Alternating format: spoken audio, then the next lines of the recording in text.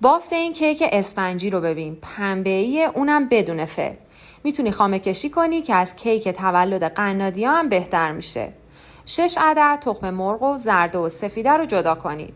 150 گرم شکر، 1/3 شکر رو با سفیده هم بزنید تا وقتی که ظرف رو برمیگردونیم نریزه.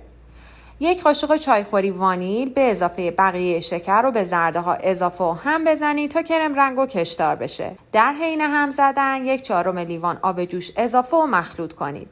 زرده و سفیده رو با لیسک مخلوط. 1 قاشق غذاخوری روغن مایع اضافه و ترکیب کنید.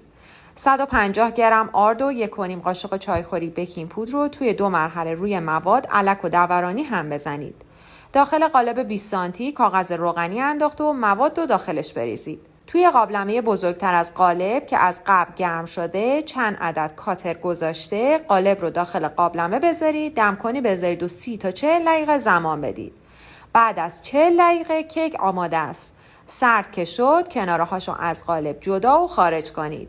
کاغذ روغنی رو هم ازش جدا کنید. کیک پایه اسفنجی رو میتونید خامه یا گاناش بزنید. به چه بافت عالی و لطیفی داره. نوش جان.